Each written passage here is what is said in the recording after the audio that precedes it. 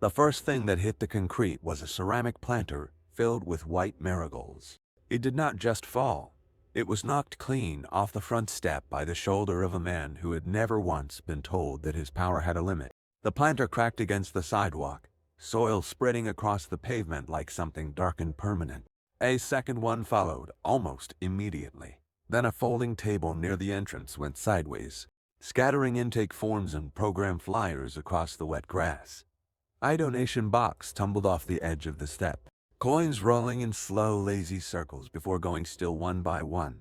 By the time Derek Harmon turned around to leave, the front entrance of the Callaway Community Center looked like something had torn through it with intention. And through all of it, Rachel Holt said nothing. She stood in the doorway with both hands pressed flat against the frame, watching him with an expression that was not anger. It was not even hurt. It was something quieter than both of those things. The kind of quiet that belongs to someone who has seen enough of the world to know that a raised voice would not change a single thing about this moment. That silence unsettled Derek far, more than any confrontation would have.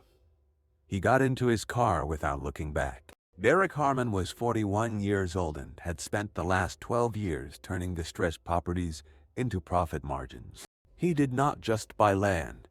He erased entire blocks, old diners that had fed the same families for 30 years, corner hardware stores where fathers had taken their sons on Saturday mornings, small churches that had buried 3 generations of the same neighborhood.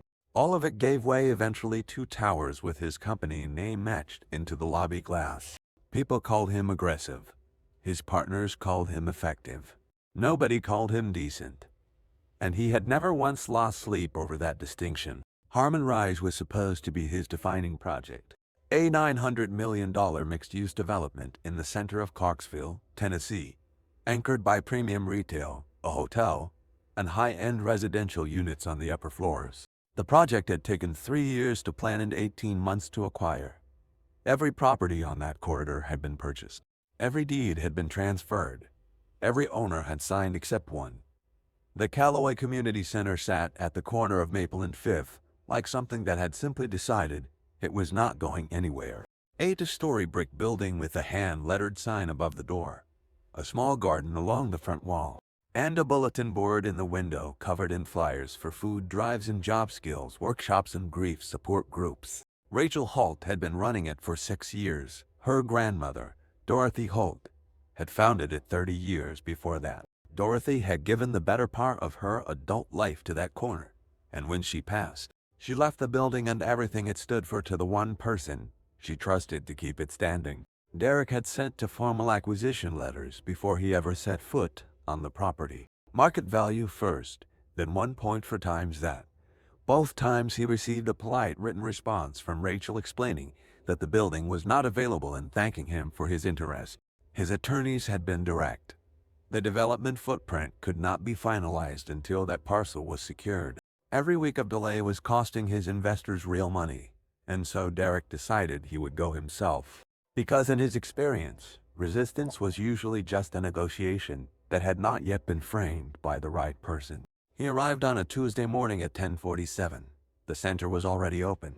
A woman in her mid-60s was arranging folding chairs in the main room with the practiced efficiency of someone who had done it hundreds of times. A teenager was mopping the hallway floor near the back. The place smelled like coffee and old wooden something faintly green from the garden outside. Derek had expected something barely functional, held together by good intentions and not much else. What he found instead was a building that felt genuinely alive, full of quiet purpose. The kind of place that does not announce itself but simply continues, day after day, because people need it too. He pushed that observation aside and asked for Rachel Holt. She came out from the back office wearing her everyday uniform. Not dress blues, just the standard dark navy of a Clarksville Police Department community liaison officer. She was calm in the way that people are calm when they have spent years learning to stay level under pressure. She shook his hand. She offered him coffee. He declined. He placed the revised offer on the table. $1.9 million. He explained the timeline. He explained the scope. He explained, with what he believed was genuine patience, that the neighborhood was going to change whether the center moved or not, and that this offer gave her the strongest possible position to shape what came next for the people she served. Rachel looked at the offer sheet for a moment. Then she looked at him. "I appreciate the time you took to come here," she said. "But this building is not for sale." Derek leaned forward slightly.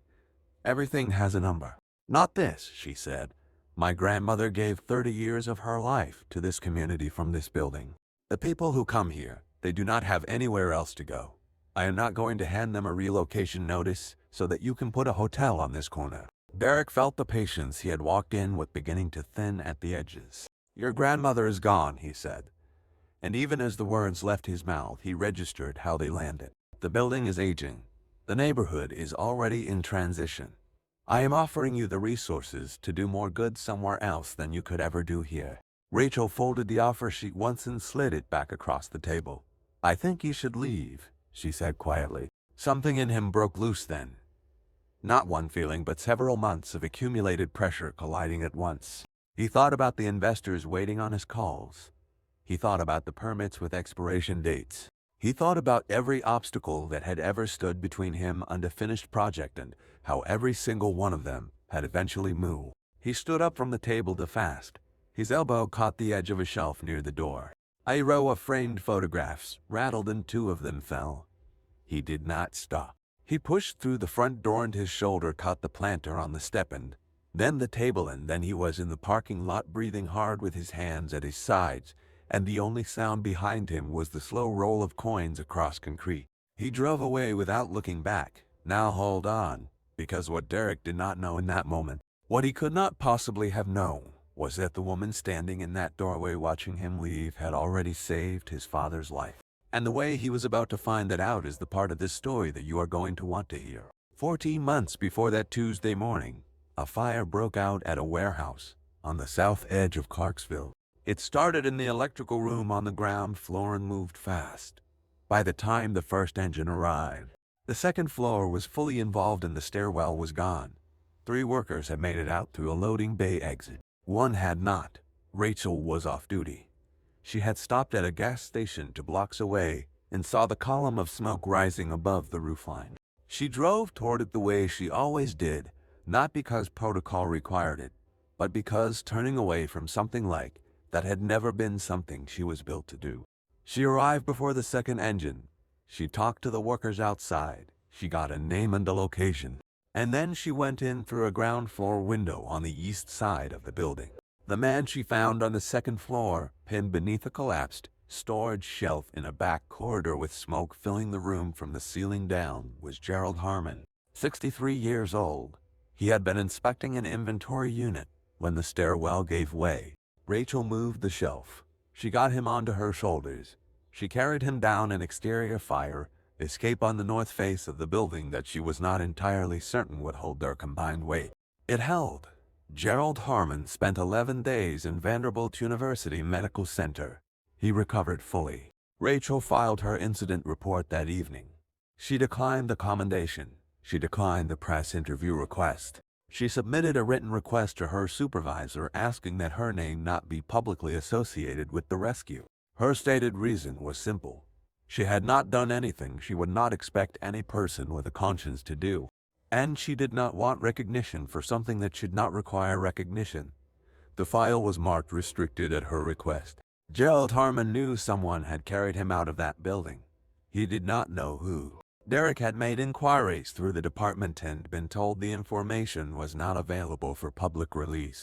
He had stopped asking after a few weeks. What Derek did next, after leaving the Callaway Center that Tuesday morning, was not the action of a man who had reflected on anything.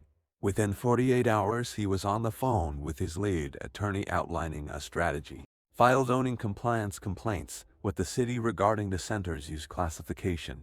Challenge the nonprofit's operational permits on technical grounds. And raise questions publicly through channels that could not be traced directly back to him about whether a uniformed police officer running a private nonprofit represented a conflict of interest that the department should examine.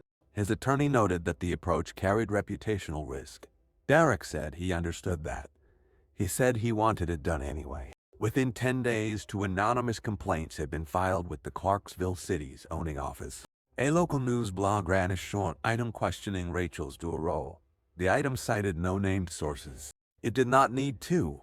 It planted the question in the right places and let it grow on its own. The Clarksville Police Department opened an internal review. Rachel was placed on administrative leave pending the outcome. She was told it was standard procedure. She was told to be patient. She went home. She did not call a reporter.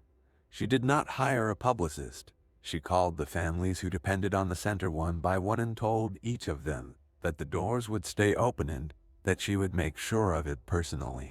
The center stayed open. Volunteers stepped in to cover her hours.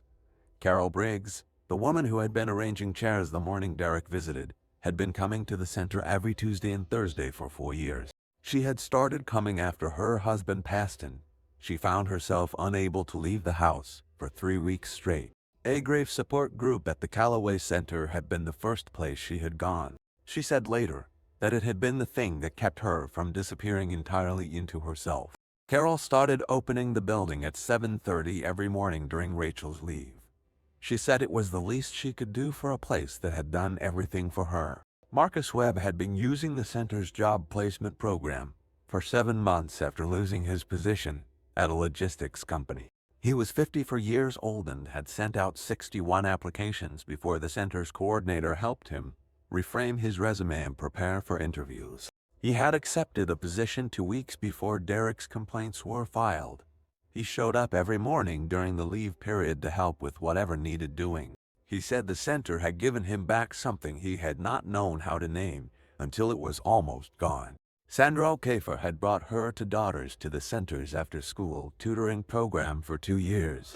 She worked double shifts at a distribution facility on the east side of the city, and the center's evening hours were the only reason her daughters had consistent academic support. When the administrative leave began, Sandra organized a letter-writing campaign among the families who used the center. 43 letters were submitted to the department's Community Review Board within 5 days. Each one described, in plain and specific language, what the Callaway Center had meant to them and what losing it would mean. Derek knew none of this. He was focused on the permits. Here is where the story turns. And once it turns, it does not stop. On the 9th day of Rachel's administrative leave, a paralegal at Derek's law firm was pulling archived city records to support the zoning complaint. She was searching for documentation of prior violations on the Callaway Center property. What she found instead, sitting in an adjacent folder in the city's emergency services digital archive due to a misfiled digitization error, was a copy of a restricted incident report from 14 months earlier.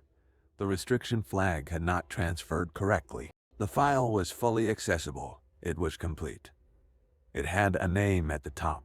The paralegal flagged it to the senior attorney. The senior attorney read it twice. Then he called Derek. Derek was driving on Riverside Drive when the call came through. He pulled over. The attorney read him the relevant section. Officer Rachel Holt, off-duty, voluntary response, second floor extraction, Gerald Harmon, age 63. Transported to Vanderbilt University Medical Center, outcome, full recovery. Probability of survival without intervention, as documented by attending physician, less than 20%. Derek sat in his car on the side of Riverside Drive and did not move for a long time. He thought about the day his father came home from the hospital. The way Gerald had walked slowly up the front steps of his house in Brentwood and stopped at the top and just stood there for a moment, looking at the front yard like he was seeing it for the first time and understanding something about it that he had not understood before. Derek had been standing in the doorway watching him, had not fully grasped the weight of that moment until right now. Sitting on the shoulder of a road with his phone in his hand and the attorney still waiting on the line. Someone had gone into a burning building for his father. Someone had done it on their day off, without being asked, without hesitation. Someone had carried Gerald Harmon down a fire escape in the dark and then gone home and filed a report and asked for nothing and told no one. That someone was the same woman whose professional reputation he had spent the last 10 days methodically trying to destroy. He told the attorney to stop everything. The attorney asked him to clarify the instruction. Derek said, all of it. The complaints, the zoning challenge, the permit filings. Stop all of it today. The attorney said there would be costs associated with unwinding the filings. Derek said he did not care about the costs. He sat on the side of that road for another 23 minutes before he could drive again. He called Rachel that afternoon. Her voice on the line was level and measured, the tone of someone who has decided to hear a person out before deciding what to do with what they say. He told her he had seen the file. He told her he knew what she had done for his father. He told her that he had been behind the complaints and the zoning challenge and that he was pulling everything back and that the internal review would be closed because the basis for it no longer existed. There was a pause on the line. Rachel said, "I did not do what I did for your father so that you would owe me something." "I know that," Derek said. She said, "Then why are you telling me this?" "Because you deserve to know that I know," he said. "And because what I did to your center was not a business decision. I told myself it was, but it was not. It was something uglier than that, and I think you already know what it was." She was quiet for a moment. Then she said, "The people who come to that center are not abstractions. Carol Briggs lost her husband, and that building was the first place she could breathe again. Marcus Webb was 54 years old and had nowhere to turn, and that building gave him a way back. Sandra O'Keefe works double shifts so her daughters can have something better, in the building is the only reason those girls have someone helping them with their homework at night. When you filed those complaints, you were not pressuring me. You were threatening them." Derek said nothing. She continued, "I am going to ask you one question, and I want a straight answer. Did you know when you came to my center that morning who I was in relation to your father?" "No," he said. "I found out yesterday." She was quiet again. Then she said, "I believe you. But I need you to understand something. I went into that building because there was a person inside who needed help, and I was standing outside. That is the only reason." She paused. "What you did to this center, to these people, that cannot be undone by pulling a few filings. You need to sit with what you actually did here." Derek sat with it. But the story did not end with a phone call, because the Clarksville Police Department's Internal Affairs Division had already been generating documentation for 9 days. When the complaints were abruptly withdrawn, the reviewing officer noted the reversal and flagged it for further inquiry. A department investigator began pulling the timeline of the filings and tracing their origin. Within 3 weeks, the trail led back to Derek's law firm. The anonymous complaints were not as anonymous as his attorneys had believed. The investigator contacted Rachel. She gave a full and precise account. She did not embellish. She did not minimize. She laid out the sequence of events from the morning Derek walked into the center to the phone call where he admitted his role. The Clarksville City Attorney's Office opened a separate inquiry into whether the complaints constituted an improper attempt to interfere with a public employee in the performance of her duties. Derek's attorneys advised him strongly to contest the inquiry. He told them he would not be contesting anything. The settlement terms were finalized on a Wednesday morning 6 weeks later. A formal written acknowledgement of wrongdoing. A 5-year prohibition on filing complaints against any city employee involved in properties he sought to acquire. And a directed contribution of $240,000 to the Callaway Community Center's operating fund, structured to cover 3 years of programming costs. Derek signed without negotiating a single term. The story did not stay quiet. It rarely does. A journalist named Tom Aldridge at the Clarksville Courier had been tracking the zoning complaint story from the beginning. When the settlement became public record, he pulled the full thread and ran it on a Thursday morning. The headline was plain and direct. Developer filed false complaints against officer who saved his father's life. The piece noted that the officer had requested anonymity at the time of the rescue and had never told anyone, including the family of the man she had saved. By Friday afternoon, the piece had been picked up by 4 regional outlets. Derek read it at his desk. He did not call his publicist. He did not draft a statement. He sat with it the way Rachel had told him to sit with what he had done. His father called him that evening. Gerald Harmon's voice on the phone was not raised. It was quiet and low and weighted with something that Derek recognized immediately as the specific disappointment that only a parent's voice can carry. Gerald said, "I always told you that the measure of a man is not what he builds, It is how he treats people when he has power over them and they have none over him. I thought you had learned that. Derek said, I know, Dad. Gerald said, I want to meet her. Rachel agreed to meet Gerald at the center on a Saturday morning in late October. The garden out front had been replanted. The planter that had cracked on the sidewalk had been replaced, not by Derek, but by Carol Briggs, who had filled it with yellow chrysanthemums and set it back on the step herself. Gerald Harmon walked up the front path slowly. He was 60 for now, and he moved with the careful deliberateness of a man who understood that walking anywhere at all was not something to take for granted. Derek walked beside him and said nothing. Rachel met them at the door.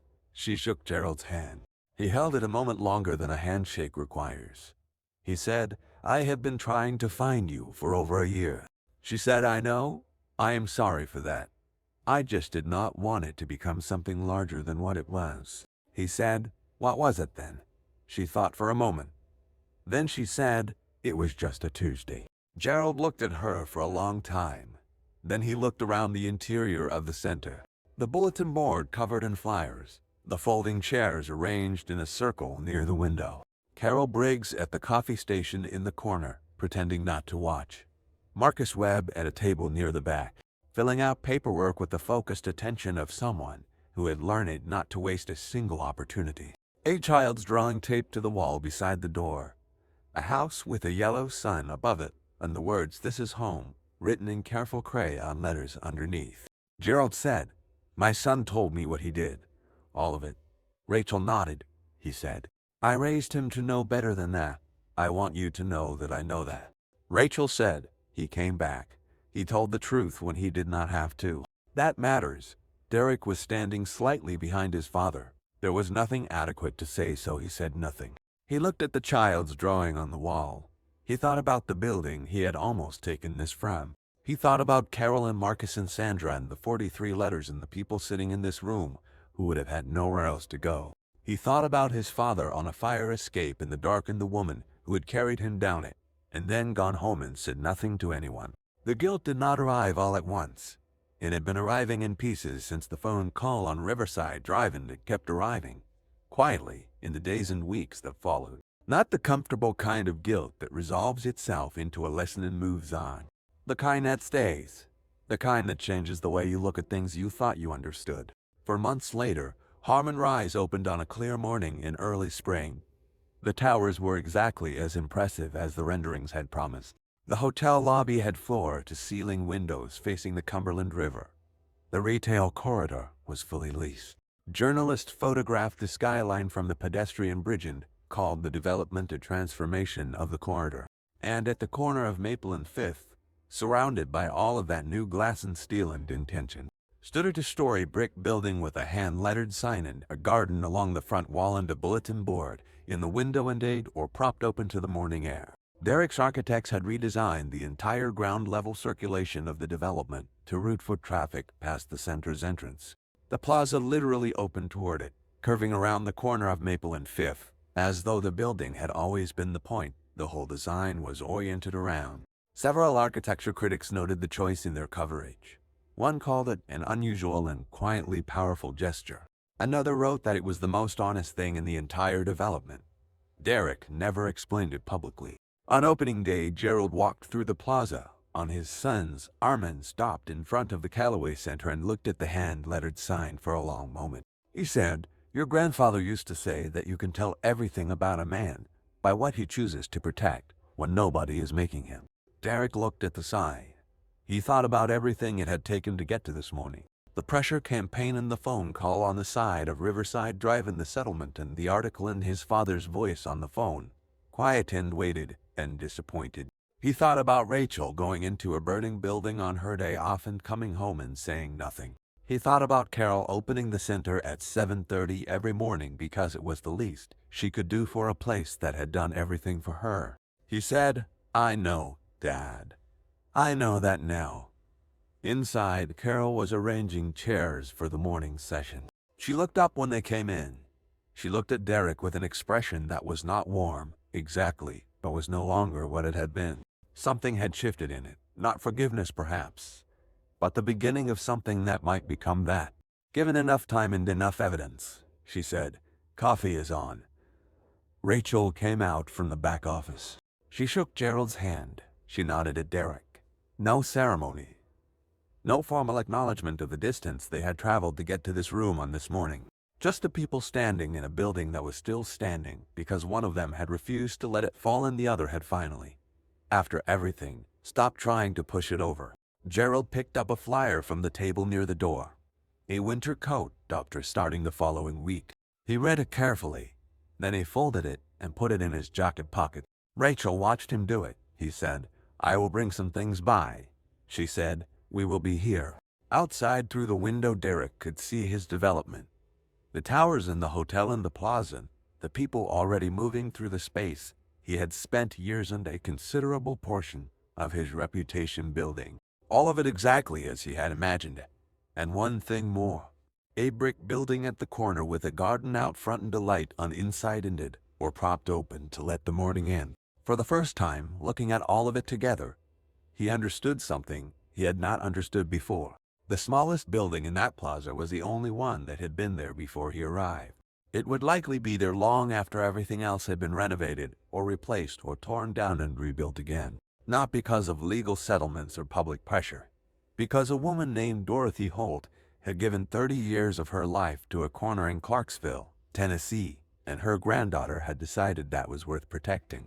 And because in the end, even a man who had spent his entire career deciding what got to stay and what had to go had found one thing he could not bring himself to erase. Derek Harmon had built his career on being the most decisive person in every room. He made fast decisions and he stood behind them without explanation and without apology.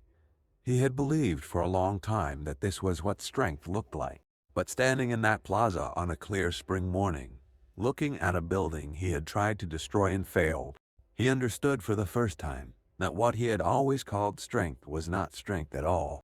It was just the absence of anyone willing to push back. Real strength, the kind that actually holds something together across decades, looked a lot more like a woman carrying a stranger down a fire escape in the dark and asking for nothing in return. It looked like Carol Briggs opening a building at 7:30 every morning because someone had once opened a door for her when she needed it most. It looked like 43 letters written by people who had nothing to gain from writing them, except the chance to say that something had mattered to them. He did not say any of this out loud. Some things do not need to be spoken to be understood. He stood in the morning light in the plaza he had built and looked at the one thing in it that he had not built and had not been able to take.